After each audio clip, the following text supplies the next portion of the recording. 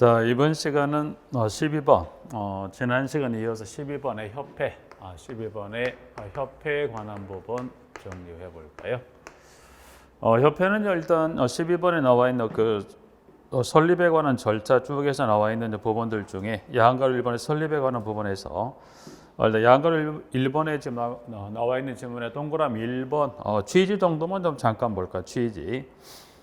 동그라미 1번에 이제 가보니까 주택관리사 등은 공동택 관리에 관한 기술 행정 및 법률문에 관한 연구와 그 업무를 효율적으로 수행하기 위하여 뭘 설립할 수 있다? 주택관리사 단체에서 일단 명칭은 주택관리 단체라는 명칭 하나 확인하시고 여기 이제 관련해서는 질문해 보시면 동그라미 3번 그러니까 여기 양가로 1번 설립에 관한 부분에 있어서는 양가로 1번의 문항의 3번에서 나머지 밑에 있는 질문도 있지만 이제 협회 설립은 아직 언급된 적은 없긴 한데 이제 언급을 한다면 문항이 3번 아니에요. 문항이 5번에서 여기 1번에 나와 있는 질문 중에서 5번에 관한 이 협회 설립에 관한 절차 관련해서 문항 5번 5번을 잠깐 보시면 질문에 5번에 가보시면 협회 그 설립에 관한 절차에 관련해서 이제 박스에 들어가 보니까 공동택 관리 사무소장으로 배치한 지 얼마 이상의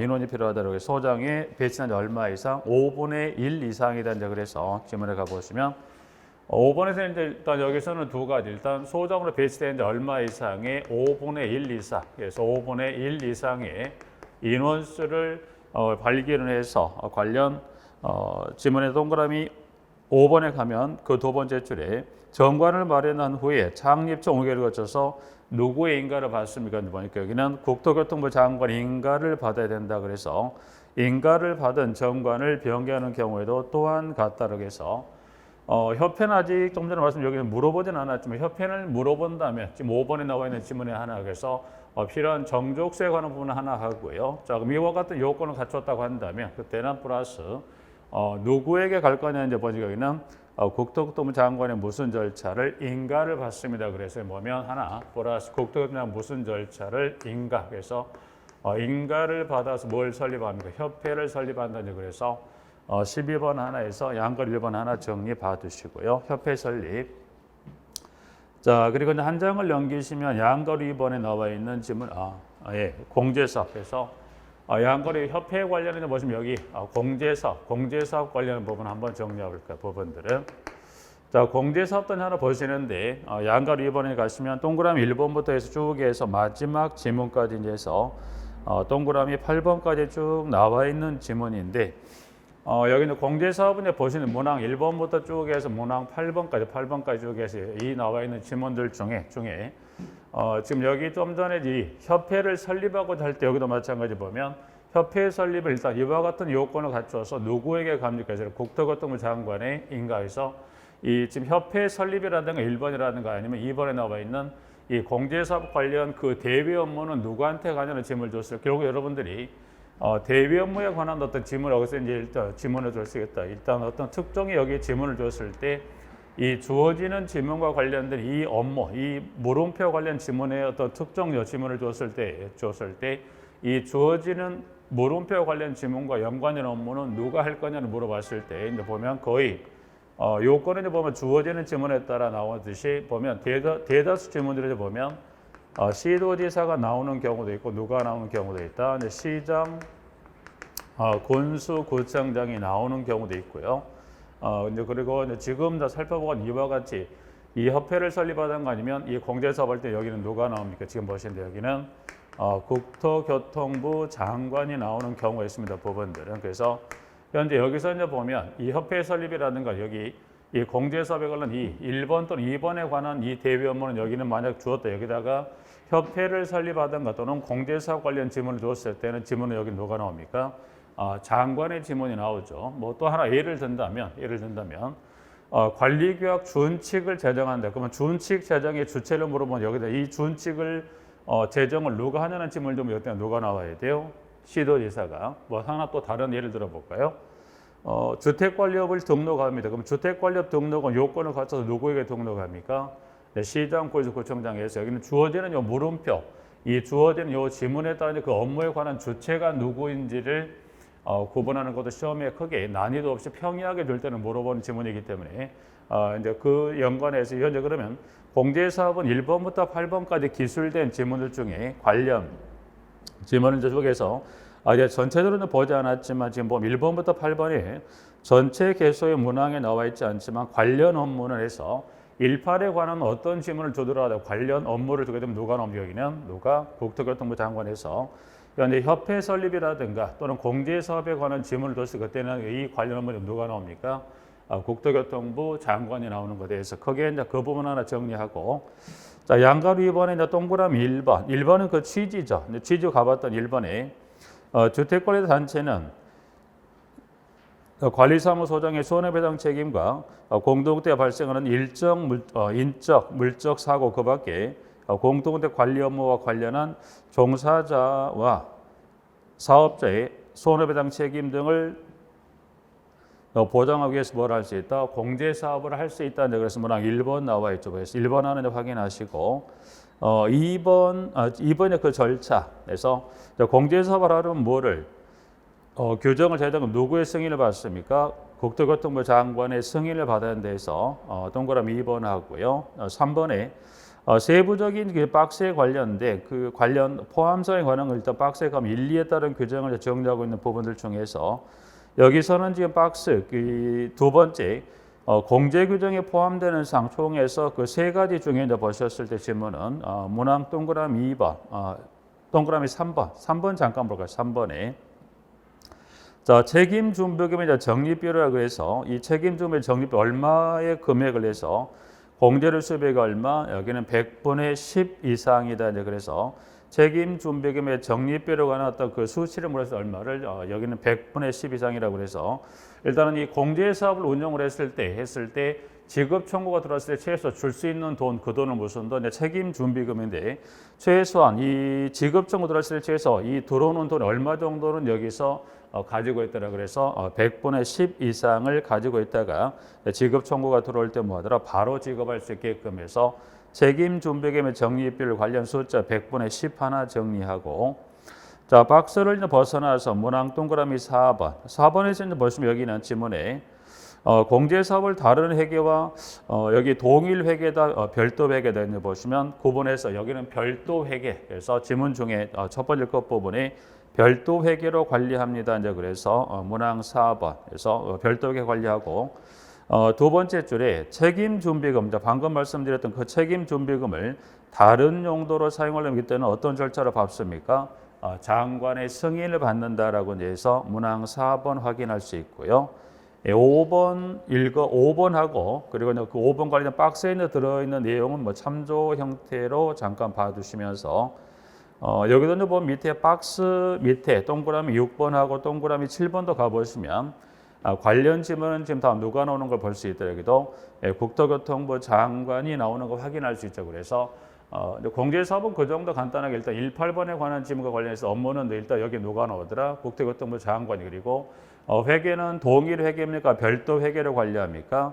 별도 회계로 그리고 책임 준비금의 적립비율은 들어오는 공제를 수입이 얼마 이상은 항상 가지고 있어야 돼요. 100분의 10 이상을 그래서 그 정도 내용 정도만 여기 이 협회 관련 공제 사업을 정리하시면 될 것 같아요. 그래서 12번은 좀 두 가지예요.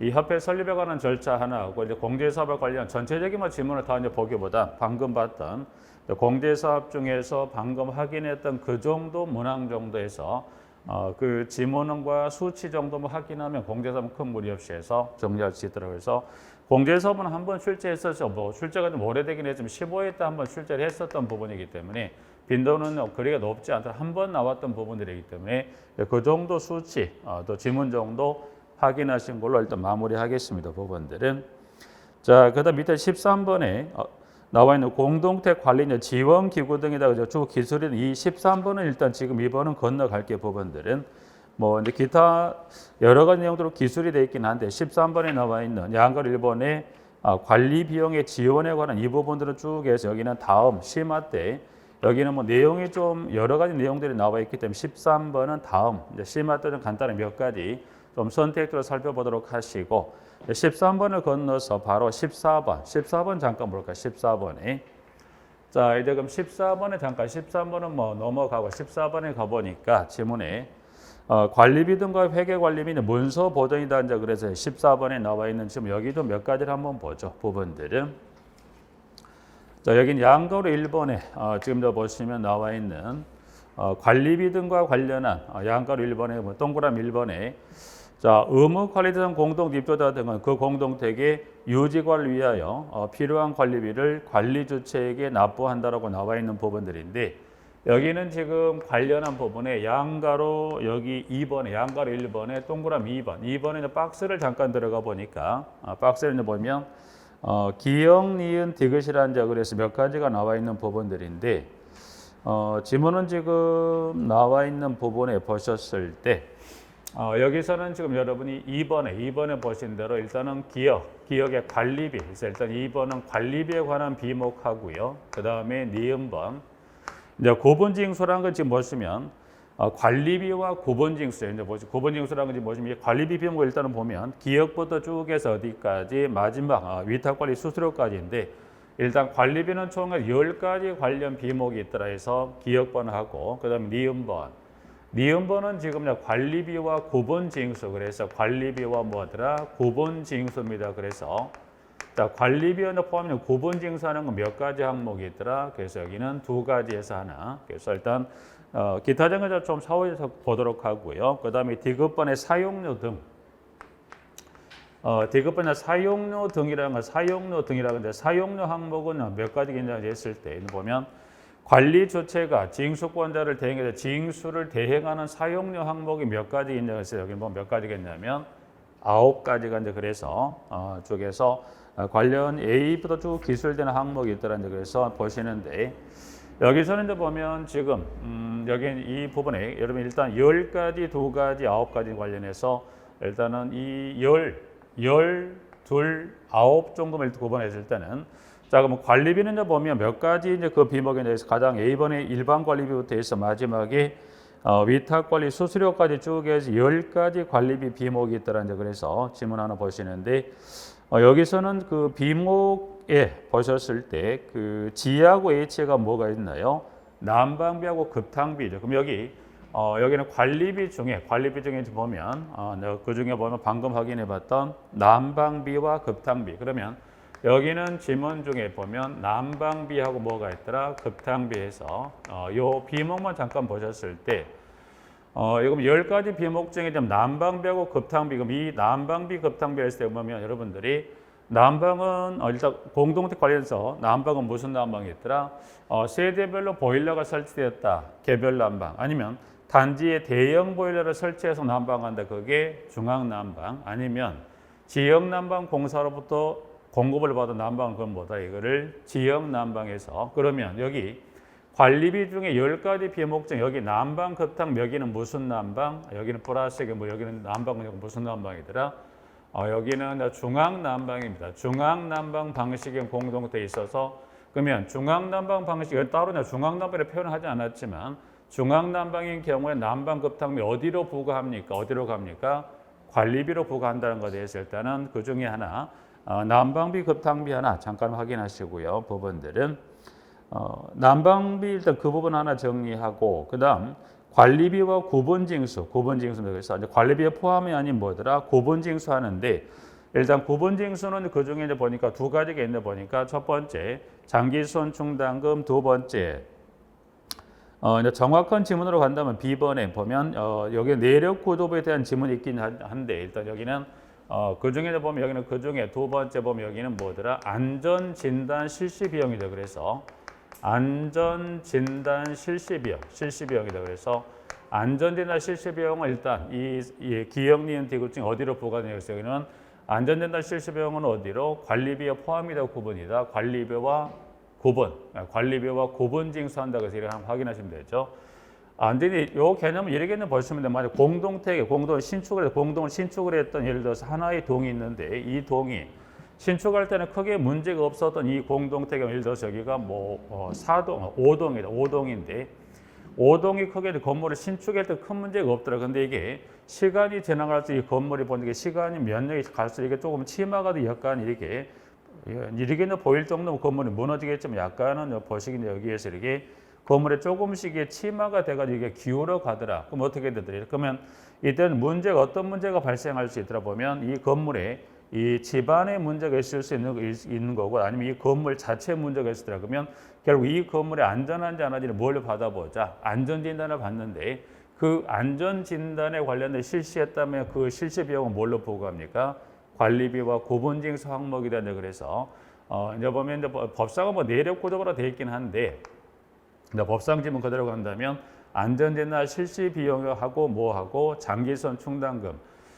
장기손 충당금 실제로 보면 관리비와 고분징수가 되어 있는데 실질적으로 실무상 보면 거의 장기손 충당 어디에 관리비에 포함 징수하는 부분들이 많죠. 거의 대다수 건데 중요한 건 법상은 뭘로 되어 있다? 관리비와 고분징수 항목으로 되어 있다 해서 두 가지 잠깐 확인하고요. 자, 그 다음에 관리주체가 징수권자를 통해 징수 대응 항목이 몇 가지가 있다? 9가지 이제 그래서 첫 번째 전기료, 공동으로 사용된 전기료 포함합니다. 두 번째 B번 그래서 이제 전기소득은 뭘 포함하겠더라? 공용전기료와 공용소득을 포함합니다. 그다음 가스 사용료하고 그다음에 D번 여기는 그 중에서 여기도 마찬가지 사용료 중에 하나 볼 건 여기도 보면 그 중에 D번에 난방은 지금 좀 전에 봤듯이 무슨 난방? 중앙난방은 언급은 하지 않았지만 난방 급탕비 여기는 무슨 난방? 중앙난방이었다면 현재 지금 네 번째 지역 난방 그래서 여기는 네 번째 보면 그 중에 네 번째 지역 난방. 그러면 난방을 그러면 지역 난방 방식에 있어서 난방비와 급탕비는 어디로 부과한다 이거를 사용료로. 그래서 일단 난방은 여러분들이 따로 언급은 하지 않았지만 이제 보면 이 관리비 비목적에 있는 여기 난방 급탕비는 무슨 난방? 중앙 난방인 경우 어디로 부과합니까? 관리비로. 그리고 난방이 무슨 난방이다? 지역 난방이 뭐 들어가나요? 사용료로. 개별 난방은 따로 신경 쓸 거 없어요. 왜냐하면 개별 난방이랑 여러분들 가스를 쓰기 때문에 개별 난방 신경 쓸 거 없어요. 뭐만 기억하시면 돼요.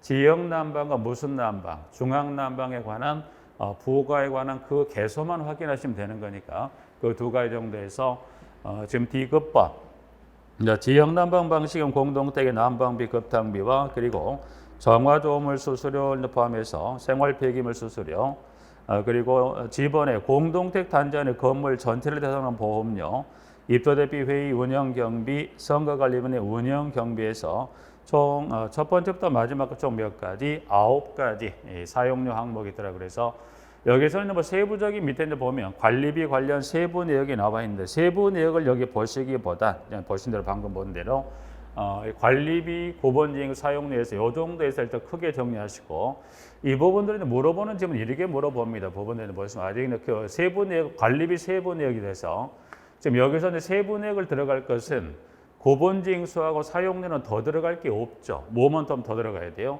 10가지 관리비에 따른 밑에 그 별표 관련해서 1번의 일반 관리비부터 마지막 위탁관리 수수료까지 관련 세부 구성 명세가 있는데 이건 지금 정리할 단계가 아니니까 넘어가시되 자 여기 있는 물어보면 여기다가 예를 들어서 박스에다가 뭐 한 4개에서 한 5개 정도 여기 그 관련 비목이나 항목을 중에서 이 주어지는 박스에 있는 게 이 중에 기역, 니은, 지급증 이 세 가지 중에 이거를 어디로 분류할 건 예를 들어서 한번 본다면 여기에다가 5개를 주었던 것 중에 만약 예를 들어서 다음 중 이 비목 또는 항목 중에 관리비와 고분징수 항목은 몇 가지냐 아니면 고분징수 항목끼리 짝짓기를 물어봤다면 뭐가 나와야 될까요? 이 지문 중에 몇 개를 선택하시면 돼요? 2개 뭐를 안전진단 실시 비용하고 뭘 짝짓기 하면 돼요? 장기손 충당금을 짝짓기 하는 그런 형태의 문항으로 물어보기 때문에 크게 난이도는 높지는 않습니다. 그랬더니 여러분들이 이 정도만 현재 기본 과정에서는 기역, 니은, 디귿에 따른 12, 9 정도에서 영어는 뭐 특별히 어려운 것이 방금 이 정도 안전진단 실시병에 관한 개념 정도만 잠깐 정리하시고 기타 이런 난방비에 관한 그 중앙 또는 지역 난방에 관련된 비목이나 항목 정도만 이번 기초 과정을 정리하시면 될 것 같기 때문에 그 정도 정리해서 마무리 일단 정리하고요. 자, 그럼 이제 박스를 벗어나서 이제 보시면 기타적으로 몇 가지가 쭉 기술이 되는 부분들이 있습니다. 부분들은 박스를 이제 벗어나시게 되면 밑에 동그라미 그 3번부터 쭉 기술이 되는 부분들이 나와 있는데 여기도 이제 보시면 지문들은 그 지문에 3번하고 지금 4번. 3번 같은 경우는 보면 3번 같은 경우는 따로 부과라고 볼 수 있죠. 그래서 현재 사용료 항목까지 나와 있는 부분하고 여기를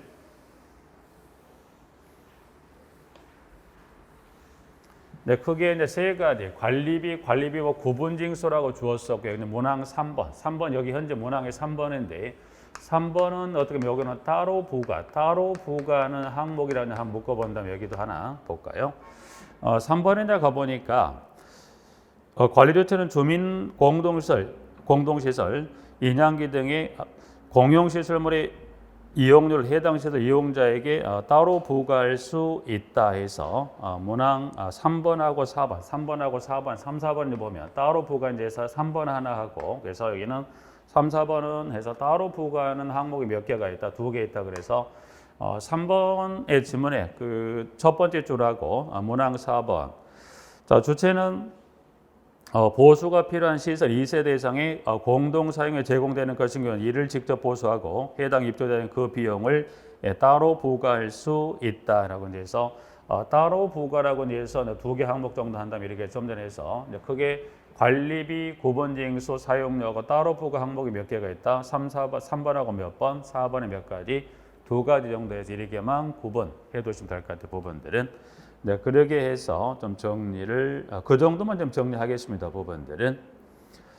그래서 일단 3, 4번 정도 하나 정리. 기타 나머지 밑에 이제 보면 6번, 7번 그리고 8번, 9번 쭉 해서 11번까지는 요건 다음 시마 때 관련 부분에 좀 설명을 좀 드릴게요. 부분을 해서 일단 요거는 이 1번 양가로 1번에서 이 정도만 지금 정리하고 양가로 2번 관리비 예치금 자, 관리비 예치금. 일단 이 관리비 예치금은 어디에 쓰는 그 용도 일단 잠깐 볼게요. 일단 이 용어에 관한 정의라고 볼 수 있죠. 그래서 일단 동그라미 1번에 보면 첫 번째 줄에 공용 부분의 관리 및 운영 등에 필요한 경비. 그래서 이제 관리비 예치금 그 지문에 나왔던 여기는 공용 부분에서 공용 부분의 관리 및 운영 등에 필요한 경비. 이거를 뭐라면 이거를 관리비 예치금입니다. 그래서 지문 나와 있는데 요거는 이제 그렇게 정리를 하시면서 보시되 지문은 개념은 이렇게 한다 보죠. 일단 관리비 예치금이라고 나와 있는데 여기는 어느 부분에 쓰는 거더라. 공용 부분의 관리 및 운영 등에 뭐하더라. 필요한 경비라고 돼 있을 부분들이 관리비 예치금은 여러분 이렇게 보시면 예를 들어 입주 신축 아파트 입주하죠. 신축 아파트 입주했더라. 그러면 예를 들어서 신축 아파트에 이 공사가 건 입주기를 통보하죠. 그럼 예를 들어서 이제 보시면 4월 1일 날 예를 들어서 4월 1일 날 입주 통보를 해서 예를 들어 4월 15일까지 해서 입주를 1일부터 15일 사이 입주를 통보하면 입주를 요 15일까지 입주를 할 건데 자 그러면 4월 1일부터 이제 4월 15일 입주 기한을 통보해서 이 기한 입주를 했습니다. 그럼 입주를 했다면 4월 그럼 일단 이렇게 쪼개서 4월 말일까지 있다 그러면 4월 달에 관련된 관리비는 언제 부과되죠? 4월 달에 사용했던 관리비는 언제 부과하더라? 5월 마지막 마지막 주에 납부하죠. 그럼 결국 언제까지? 4월 1일부터 언제까지? 4월 1일부터 해서 4월 달에 사용했던 관리비는 언제 통장에 들어오나요? 이게 5월 말일이죠. 그러면 결국 4월 1일부터 시작을 해서 5월 이 말일까지는 어떻게 돼요? 관리비 통장에 돈이 있다 없다? 돈이 없죠. 없다 보니까 어떻게 돼요? 그때는 어디에 쓸? 이 공용부분 관리 운영에 필요한 경비라는 건 결국 무슨 말인가요?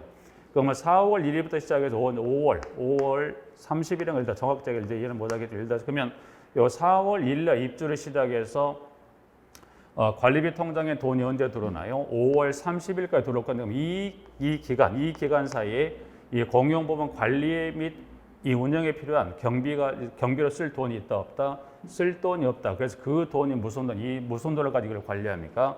관리비 예치금을 가지고 요거를 관리하게 된 부분들이 그래서 문제는 뭐가 있냐 그러면 관리비 예치금 이거는 부담. 그럼 이 예치금 이거를 부담을 그럼 이 돈은 결국 돈이라는 이야기인데 이 돈은 지금 누가 부담을 합니까라고 봤을 때 일단 부담에 관한 주체만 잠깐 보죠. 현재 문항 1번에서는 그 돈을 누가 부담한다 그래서 관리 주체는 또 해당 공동체 공유물의 관리 및 운용 등에 필요한 경비를 공동체에게 누구로부터 징수할 수 있다? 소유자로 징수한다고 그래서 소유자. 일단 그 부담에 관한 주체만 잠깐 볼게요. 누가 부담합니까? 소유자가 부담합니다라고 해서 하나 나와 있고요. 자, 일단 여기는 기타적인 내용을 일단 차치하고 일단은 부담에 관한 주체, 이 용어에 관한 정의하고 부담에 관한 주체를 봤을 때 소유자로부터 징수할 수 있다. 누가? 관리 주체가. 그리고 보충란의 박스에 가보니까 또 하나 박스에 들어가 보니까 관리비의 책임이 징수라는데 그래서 사업 주체는 입주 예정자의 과반수 입주할 때까지 공동택을 직접 관리하는 경우에는 입주 예정자와 관리 계획을 체결하며 그 관리 계획에 따라 뭘 징수할 수 있다? 관리비의 책임을 징수할 수 있다라고 돼 있어 부분들이. 자, 이제 그러면 여기는 누가 또 부담합니까? 입주 예정자로 이 돈을 부담합니다. 그럼 결국 소유자로부터 징수하는 주체는 누가 징수합니까? 관리 주체란 지금 일단 하나 나와 있었고요. 입주 예정자로부터는 여기는 누가 징수합니까? 여기는 사업 주체란 사람이 징수한다고 돼 있어요. 그럼 결국 무슨 말이더라?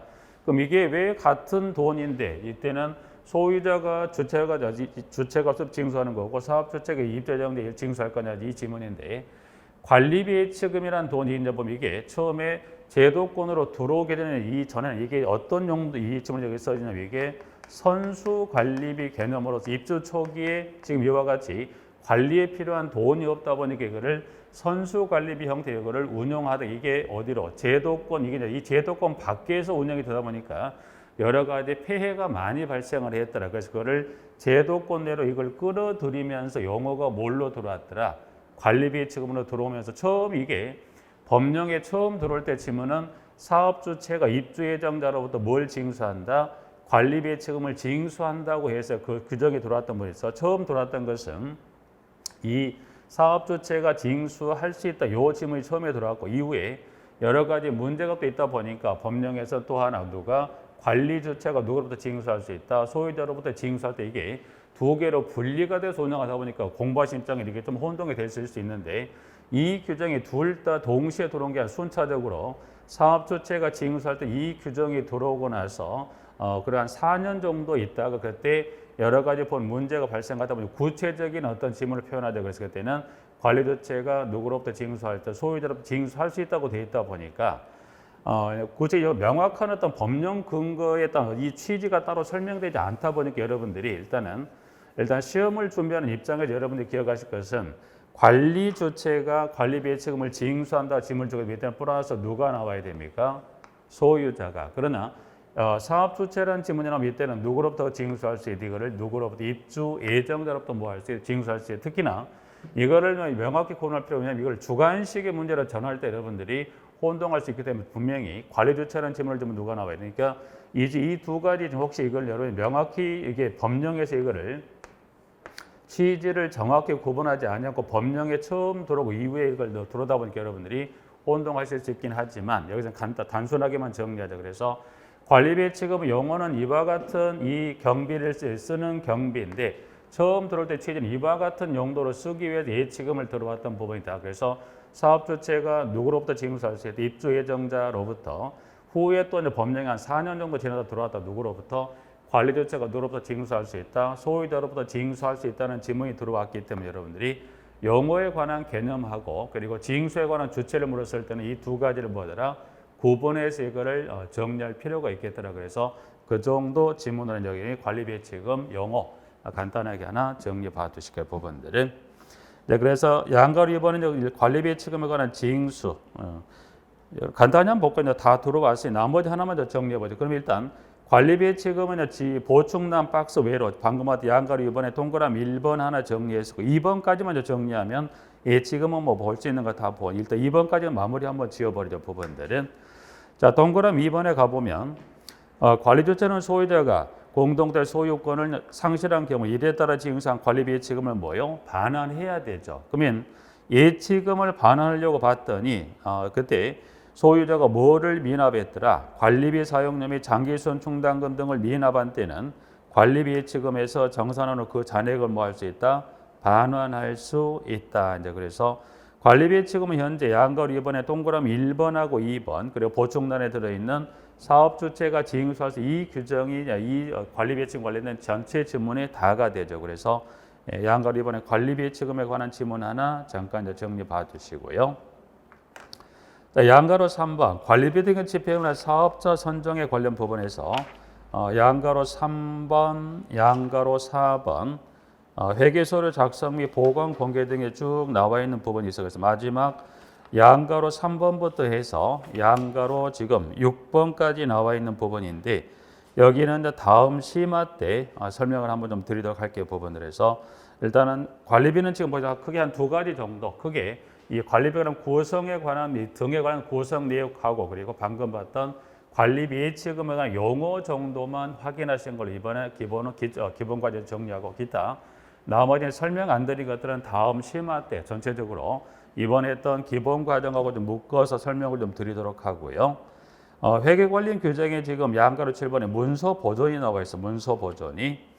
문서 보존 기간은 지금 보시면 양가로 7번에 나와 있는데 정리는 지금 양가로 1번에 5년, 동그라미 1번에 5년, 그리고 동그라미 2번에 3년, 그리고 동그라미 3번에 2년이 나와 있는데 여기는 지금 정리를 현재 이 지금 현 7번에 교환에 나와 있는 부분에서 외로 지금 보면 보충 자료를 가지고 한번 수업을 한번 진행하도록 할게요. 부분들은.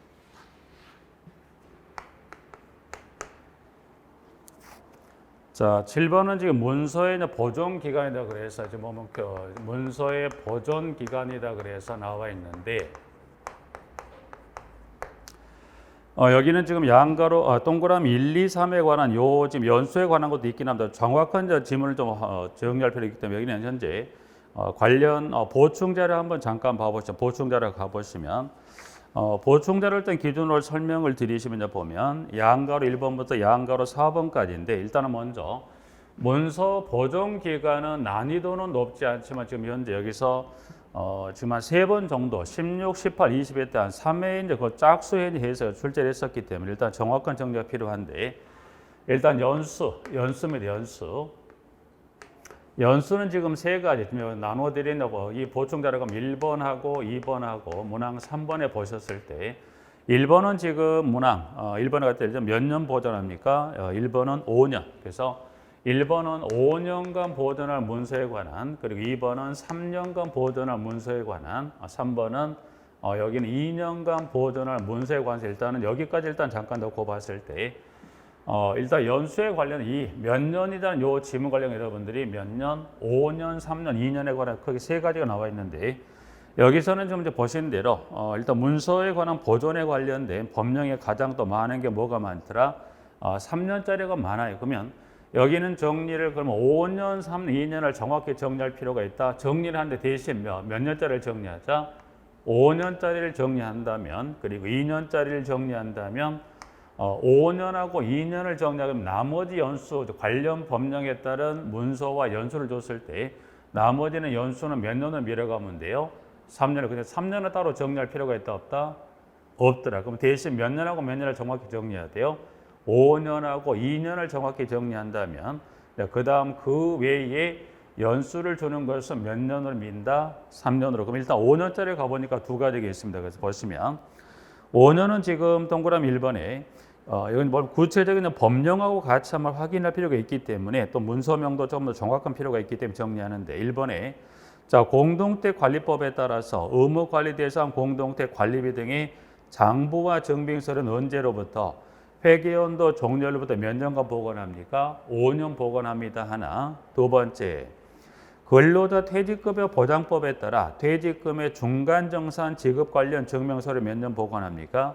5년 보관한다고 해서 5년짜리 꼭 두 가지에서 1, 2번 하나 정리하고요.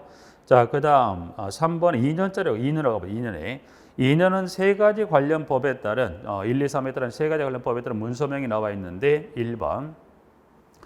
1번은 지금 수도법에 따라 관련 저수조 관련 위생점검, 청소, 수질검사 및 수질기준 위반에 따른 조치 결과 기록은 몇 년 보관합니까?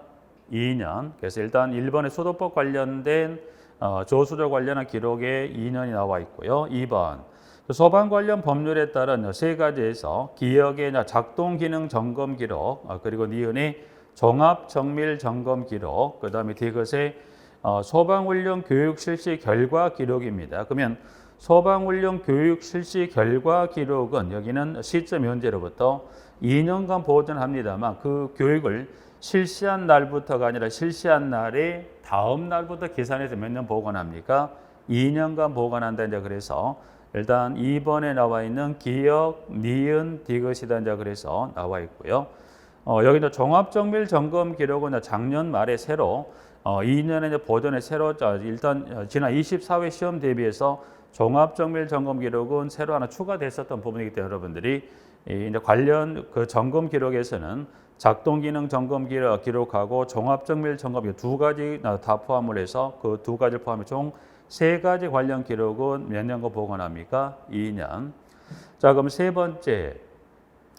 감염병 예방 및 관리에 관한 법률상의 뭐에 대한 소독 실시 대상 몇 년 보관합니까? 3년. 그래서 보신 대로 현재 5년짜리 둘, 2년짜리 몇 가지, 세 가지를 정리하신다면 나머지 3년으로 밀어내는데 일단 밀어냈을 때 3년인데 보니까 뭐가 좀 많아요. 많지는 않지만 그래도 1번의 근로기준법부터 6번의 소독법에 관한 부분인데 여기서는 3년 중에 하나만 잠깐 구분해. 3년 중에 3년에 버렸던 3년, 요 3년 중에 보니까 3년 중에 마지막 문항 6번입니다. 6번에 가보니까 같은 소독법이긴 한데 지금 다 보시면 소독법이긴 한데 급수관의 세척, 갱생, 교체 관한 기록은 몇 년인가요?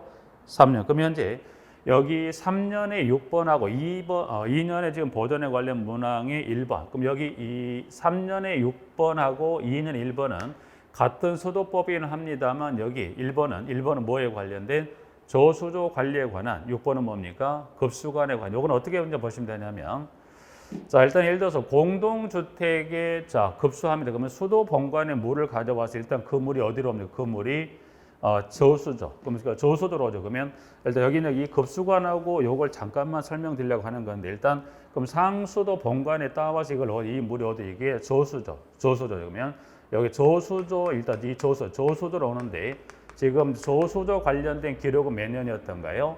2년. 청소부터 해서 설계전 위반에 따른 조치 기록까지 그게 총해서 몇 년? 이게 2년이고요. 여기서 말한 급수관, 여기서 말한 급수관이란 건 무슨 이야기냐면, 자, 그러면 저수도 일단 여기 그 경로는 일단 생략을 하고, 그러면 결국 이 저수되는 이 물이 여기서 출발해서 어때요? 특정 세대까지 물을 공급하기 위해서 뭘로 그 물이 공급되는 겁니까? 급수관. 쉽게 그러면 저수조부터 물이 출발했던 물이 결국 어때?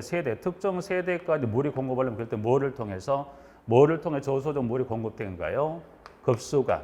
여기서 이제 말한 급수관의 세척 갱생 교체라는 것은 저수조부터 출발 이 물이 특정 세대 여기까지 가서 이제 수전을 열었을 때 물이 공급을 할 건데 이때 이 세대까지 공급 이 급수관에 대한 뭐라고 그랬어요? 세척. 급수관의 이물질, 이 스케일들이 끼면 그걸 뭐 해야 돼요? 세척해야 되겠죠. 세척을 그 다음에 갱생이란 건 뭐냐? 갱생이라면 급수관의 이물질 세척을 하는 것도 세척을 하는데 세척이라는 찌꺼기는 말하면 어떻게 세척을 하고 나서 배관 내 이물질에 달라붙는 걸 최소화하기 위해서 배관 내 세척을 하고 그 배관에 코팅 작업까지 하는 걸 뭐라고 그랬습니까? 그걸 갱생이라고 그래요. 근데 갱생하기에는 관이 너무 노후됐으면 뭐합니까? 급수관은 뭐하더라? 교체. 그래서 급수관에 대한 세척, 갱생, 교체에 관한 기록은 몇 년 보관합니까? 3년. 그래서 이 같은 수도법이긴 하지만 저수조 여기까지 했을 때 저수조 관리에 관한 부분의 기록은 몇 년입니까? 2년. 그리고 저수도보다 이 급수관을 통해 필요 세대 이 수전까지 여기까지 공급을 했을 때 이 급수관 관련해서 세척, 갱생, 교체 관한 기록은 몇 년 보관합니까? 3년. 이렇게 돼서 3년 중에 이제 보시면 그러게 돼서 문항 6번하고 2년의 보존 관련된 문항 1번 하나 구분해서 그렇게 구분해서 일단 연수 하나 정리하시고요. 문항은 지금 이렇게 물어보면 지금 여기 기타 그럼 나머지 1, 2, 3, 4, 5, 6까지 한번 읽어두시면 될 것 같고 여기 있는 물어보면 여기는 이렇게 물어보면 일단 여기 있는 보면 문서 보전은 보면 여기는 주어지는 법령별에 따른 주어지는 문서 주어지는 문서 플러스 주어지는 요 연수 또는 일인데 그래서 결국은 요거는 물어보게 되면 여러분들이 주어지는 법령별에 따른 문서 플러스 결국은 뭐 법령도 중요하겠지만 이 주어지는 문서별에 따라 여러분들이 연수를 여러분 이걸 구분해서 이걸 짝짓기 형태로 물어보거나 아니면 이거를 오천자 풀었을 때 문서명과 연수 또는 일자가 맞는가를 여러분이 확인하는 형태로 물어보기 때문에 굳이 문서명까지는 아직은 쓰는 거 이제 그 부분까지 굳이 여러분 이제 기억하지 못한다 하시더라도 여기서 기억하지 못한 쓰는 문제는 나오잖아. 지금까지 세 번 출제했던 것은 이 연결형의 형태는 아니면 이 박스형에 물어봤기 때문에 여러분들이 주어지는 문서별에 따라 연수 또는 일자를 구분할 수 있는 걸 시험으로 물어봤기 때문에 5년의 둘과 2년의 세 가지만 정리하면 나머지 법령별에 따른 문서는 무조건 몇 년으로 가면 되죠? 3년으로. 그런 형태로 가시면 되고 여기서 한 발 혹시 더 들어간다면 물어볼 수 있는 여지는 뭐가 있냐면 이 중에 여기 수치에 관한 여기 이 수치를 물어볼 수 있어요. 이 수치라는 것은 연수나 일수를 물어보는 지문인데 이거를 주관식 형태로 수치를 물어본 것도 크게 여러분 쓰는 거는 무리 없죠. 왜냐하면 뭐만 정리하시면 5년에 둘, 3년에 2년만 정리하면 나머지 연수나 몇 년 미뤄가면 되네요. 3년을 미루기 때문에 여러분들이 문서별에 따라 이제 짝짓기로 물어보거나 혹시나 아직은 물어보지 않았지만 이 수치를 쓰는 것도 물어본다면 크게 무리 없이 쓸 수 있다 없다? 있더라. 그래서 연수는 그걸 세 가지 구분하시면 되고요. 자, 이제 추가적으로는 하나 밑에 이제 가면 양가로 4번에 뭐가 되어 있냐면 양가로 4번에 1개월 30일 보존이라고 그래서 양가로 4번 여기 하나 잠깐 볼게요. 양가로 4번에 여기도 마찬가지 일단 지금 양가로 4번 중에 문항 1번 볼까요? 1번은 주차장법에 따라 설치된 폐쇄로 텔레비전에 촬영된 자료는 몇 개월 보관합니까? 1개월. 그리고 2번 공동주택관리법에 따라 공동주택에 설치된 영상정보 처리기기에 촬영된 자료는 보관 어떻게 합니까? 며칠간 보관하더라? 30일 보관합니다. 그래서 현재 여기는 1, 2번 중에 동그라미 2번은 실제 시험에 출제를 했던 부분들이에요. 그래서 그러면 여기는 이 명칭만 볼까요? 명칭은 그러면 일단 2번이 출제가 됐긴 했었는데 명칭이 1번은 지금 폐쇄배로 텔레비전이라는 지문으로서 1번의 명칭이 하나 나오고 명칭에 나와 있는 부분들은 1번은 폐쇄회로 텔레비전이라는 지문이 나와 있고요. 2번은 명칭이 뭐라고 여기는 영상정보 처리기기입니다. 그러면 폐쇄회로 텔레비전이나 영상정보 처리기기라는 용어는 같다 틀리다. 폐쇄회로 텔레비전, 영상정보 처리기기라는 용어는 같다 틀리다. 같은 용어예요. 같은 용어인데 이거 뭐예요? 법령에 따라 주차장법에는 뭐라고 용어를 표현하더라? 폐쇄회로 텔레비전. 공동주택관리법은 이거 뭐라고 표현해요? 이거를 영상정보 처리기기란. 그래서 법령만 다를 뿐 용어는 의미는 같습니다. 그래서 그럼 요거는 뭘 말하더라? CCTV 카메라 등 기타 관련 모니터를 설치하자는 이야기를 법에서 이거를 폐쇄회로 텔레비전 또는 이걸 영상정보 처리기기인데 자 그럼 2번은 어디에 설치합니까? 공동주택에 뭘 설치하자? 영상정보 처리기기를 설치하자고 그랬어요. 자, 여기 따로 나와서 설명을 안 드렸지만 자 그러면 공동주택에 영상정보 처리기기는 어디에 설치할까? 그러면 공동주택 중에 최소 규모가 의무관리 대상 공동주택이요. 규모가 이 규모에 해당하는 공동주택이면 뭘 설치합니까? 영상정보 처리기기 설치는 사업주체가 뭐예요? 의무적으로 설치해야 돼요. 그러면 이 규모의 공동주택 사업체 건설할 때 어디에다가 영상정보 처리기기를 설치할까라고 했을 때 설치는 크게 세 가지 개조로 법에 정해놨어요. 어디냐면 승강기에 설치합니다. 그 다음 어디에? 어린이 놀이터에 설치합니다. 그리고 각동의 출입구에 나중에 보면 이 해당 파트 설명을 드리겠지만 여기 나와 있으니까 구분할 필요가 있기 때문에 자 그러면 이 규모의 공동주택은 어디에 설치하더라? 공동주택의 승강기, 공동주택 어린이 놀이터, 공동주택 그리고 각동의 출입구에 설치합니다. 그러면 어디는 설치에 관한 규정이 따로 없더라. 그러면 이 지금 여러분이 그러면 공동주택에 어디 가면 그 CCTV 카메라가 있는 거예요? 주차장. 그러면 주차장에는 그럼 이 규모의 공동주택을 보니까 어디에 설치합니까? 주차장에는 이 공동주택의 설치 규정이 있다 없다? 없습니다. 없어요. 그럼 공동주택은 이 주차장에 설치 규정이 없으니까 설치를 하지 않는다는 게 아니라 설치는 분명히 돼 있어요. 그럼 설치가 돼 있다면 관리에 관한 것은 무슨 법령에 따라? 지금 이 법에 무슨 법에 따라 관리가 돼야 돼요? 주차장법에 따라 관리하다 보니까 여러분들이 공동택의 주차장은 분명히 CCTV 설치에 관한 여기서 X라는 게 설치가 안 돼 있다는 이야기가 아니라 설치에 관한 규정이 없더라. 근데 설치는 분명히 돼 있고 그러면 공동주택에 설치된 이 주차장 설치된 이 영상등본 처리기를 설치가 됐다면 그게 관리에 관한 규정 무슨 법에 따라 관리가 돼야 돼요? 공동택 관리법에는 무슨 법에 따라서 주차장법에 따라 관리하기 때문에 그럼 두 개를 좀 구분 정리해 놓았던 부분들에서 일단 공동택 어디에 설치합니까? 승강기, 어린 놀이터, 각동의 출입구에 설치를 하고 규정에 따라 설치하고 관리를 하는데 그 촬영된 자료는 얼마 기간 동안 보관합니까? 30일 동안 보관하더라. 그러나 규정은 따로 두고 있지 않은 이 주차장은 설치 규정은 따로 없지만 설치됐던 그 주차장 설치는 어느 법에 따라서 이 주차장법에 따라 얼마 정도 보관하면 이거를 1개월 보관한다. 그래서 이거는 구분할 필요가 있고 물어보는 건 뭘 물어봤다 말씀드렸냐면 이 공동관리법은 영상등본 처리기 며칠간 보관하더라. 30일이다. 이게 시험에 나왔기 때문에 이걸 구분하시고 이걸 또 설명 안 드리면 대부분의 공동택은 설치 안 된 공동택 없을 만큼의 주차장은 설치가 되어 있지만 법령상은 뭐라고 되어 있다? 주차장은 설치 규정이 되어 있지 않기 때문에 그거 한번 확인할 필요가 있기 때문에 이제 정리를 한 거고요. 그러면 여러분들이 지금 보실 거는 이러면 연수에 관한 거 하나 정리했었고 그 다음에 양가로 4번에 방금 말씀드린 뭐까지는 기억하시자. 출제했던 건 2번을 물어봤지만 2번을 정리하면 동시에 여러분이 주차장법에 따라 이 설치된 이 관련 촬영자는 며칠과 얼마 기간 동안 보관한다? 1개월. 명칭은 폐쇄율의 텔레비전이나 영상보 처리기나 같다 틀리다? 같은데 법령에 따라 뭐만 다릅니까? 표현만 다를 뿐이에요. 여러분이 그거는 지금 좀 전에 장기소선 충당금하고 특별선 충당금의 개념은 같다 틀리다?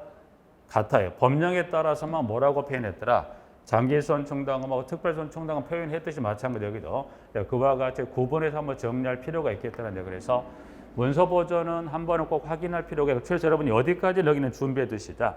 주관식 형태로 뭐를 쓰는 것까지는 확인할 필요가 있다. 연수, 수치라든가 수치 관련해서 연수나 일수 쓰는 것까지는 한 번은 준비할 필요가 있겠다는데 그래서 일단 문서 보존 기간 현재 지금 첨부된 자료 관련해서 양가로 1번부터 양가로 4번에 관한 이걸로 좀 정리하시는 게 시험을 좀 대비한다면 좀 수월하지 않을까 해서 일단 교환 외로 또 다른 교환도 준비했던 좀 여러분들에게 복잡할 수 있긴 하겠습니다만 여기 그 관련 법령과 문서명에 따라 좀 더 정확한 정리가 필요해서 자료를 좀 추가했던 부분입니다. 내용들은 자 일단 여기까지 하게 되면 3장 관련해서 전체 좀 마무리하고요.